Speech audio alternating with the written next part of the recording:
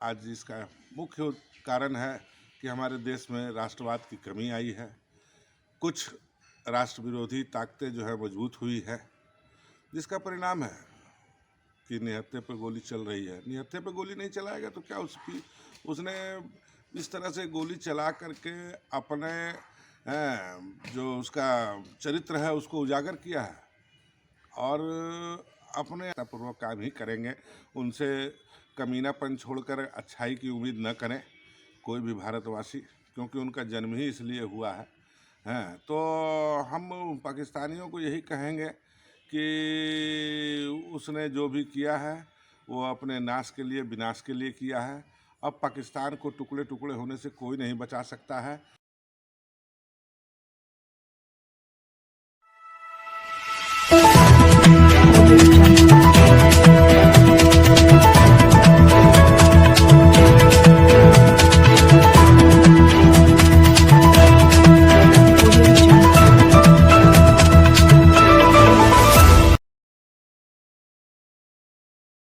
जम्मू कश्मीर के पहलगाम में हुए आतंकी हमले में मारे गए पर्यटकों को लेकर देश में जगह जगह लोगों द्वारा कैंडल मार्च निकालकर श्रद्धांजलि दी जा रही है। पाकिस्तान के सेना प्रमुख हसीम मुनीर का पुतला जलाकर आक्रोश भी व्यक्त किया जा रहा है। जम्मू कश्मीर के पहलगाम में आतंकी हमले में सैलानियों की मौत से लोगों में आक्रोश देखा जा रहा है। लोग ईश्वर से दिवंगत आत्माओं की शांति के लिए प्रार्थना कर रहे हैं। इस संदर्भ में राष्ट्रीय संगठन सैल्यूट तिरंगा के राष्ट्रीय प्रवक्ता एवं झारखंड प्रदेश अध्यक्ष रंजन चौधरी ने कहा कि निर्दोष पर्यटकों पर अंधाधुंध गोलियों की बौछार कर मौत के घाट उतारना आतंकवाद की घृणित मानसिकता और उसके मानवता विरोधी स्वरूप को उजागर करता है। निर्दोष लोगों के ऊपर कायराना हमला बहुत ही निंदनीय है।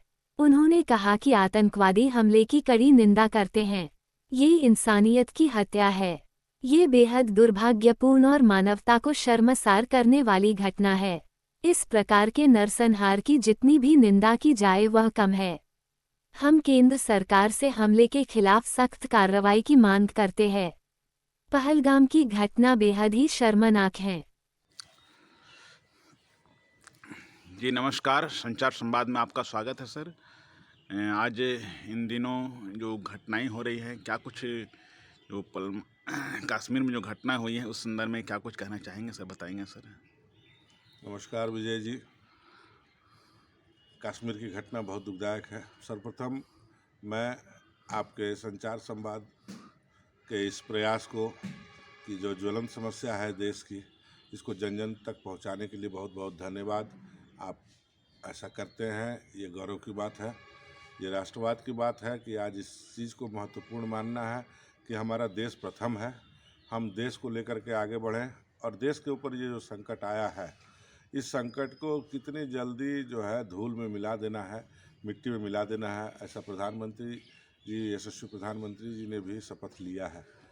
और बहुत जल्दी देखने को हम लोग को मिलेगा इसका परिणाम। हम लोग इस देश में जो घटनाएं दिख रही हैं, कश्मीर में जो घटना हुई है पहलगाम में, यह घटना जो है क्या दर्शा रहा है? आप एक सच्चे सिपाही के रूप में सैल्यूट तिरंगा हैं और सैल्यूट तिरंगा बताएंगे सर, क्या कुछ इस पर कर रही है सर? यह एक काफ़ी, जैसे जान ही रहे हैं, पूरे देश में आक्रोश है। सब हर एक जन जन के अंदर में जो है इसके प्रति गुस्सा है कि किस तरह से पाकिस्तानियों को यथाशीघ्र नेस्तनाबूद किया जाए। और काफ़ी दुखद घटना है। इसकी जितनी भी निंदा की जा सके कम है। ज़रूरत है इसके प्रतिशोध की। रहा है कैसा चल रहा है? सरकार का आगे क्या कुछ कदम होगा सर, होना चाहिए? सरकार सराहनीय कदम उठाई है। सरकार ने सबसे पहले अपना जो है कूटनीतिक परिचय दिया कि हम देखो तुमको किस तरह से आज जल्द सिंधु समझौता ख़त्म हुआ है।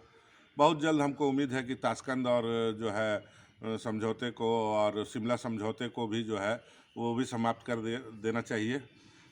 और जो भी हमारा जो बॉर्डर है वो बॉर्डर एकदम बिल्कुल ख़ास करके पाकिस्तान के बॉर्डर को, और अब हमको एक पाकिस्तान ही नहीं है, अभी बांग्लादेश भी, जिसको कि भारत ने मजबूती के लिए उसको पूर्वी पाकिस्तान से हटा करके बांग्लादेश का नाम दिलवाया। हाँ, जहाँ पर कि निर्मम हत्याएं हो रही थी, पश्चिमी पाकिस्तान वाले घुस करके पूर्वी पाकिस्तान में लाखों वहाँ की बहनों को, माताओं को के साथ में दुर्व्यवहार किया। और कहने में शर्म आती है कि क्या क्या किया। तब भारत की सरकार ने जो है उसको मदद करके बांग्लादेश का निर्माण कराया। आज वह बांग्लादेश एक दूसरा पाकिस्तान का बच्चा बन गया, तैयार हो रहा है। तो हमको बांग्लादेश से भी सावधान होने की ज़रूरत है, रहने की ज़रूरत है। और जिस तरह से प्रधानमंत्री जी ने त्वरित कार्रवाई की है, अपना विदेश का दौरा छोड़ करके वो आए और जो है यहाँ पर कार्रवाई उन्होंने जिस तरह से की है, त्वरित कार्रवाई की है। और हमारे माननीय गृह मंत्री जी ने जिस दृढ़ता से इस कार्य को लिया है, अभी पूरे देश में से खोज करके पाकिस्तानियों को जो है बाहर भेजा जा रहा है। और यहाँ तक इतना ही नहीं, कहता है कि हमें हाय अपनों का भय है। आपने देखा होगा किस तरह से कम से कम 15-20 आतंकवादी को पनाह देने वाले परिवार के जो है चिन्हित किए गए हैं और सबको जो है उनके घर उड़ाए जा रहे हैं आतंकवादियों के। इससे डर है कि बाहरी जो दुश्मन तो मंजूर है, लेकिन गद्दारों से कैसे सामना करना है, ये सरकार को देखना है।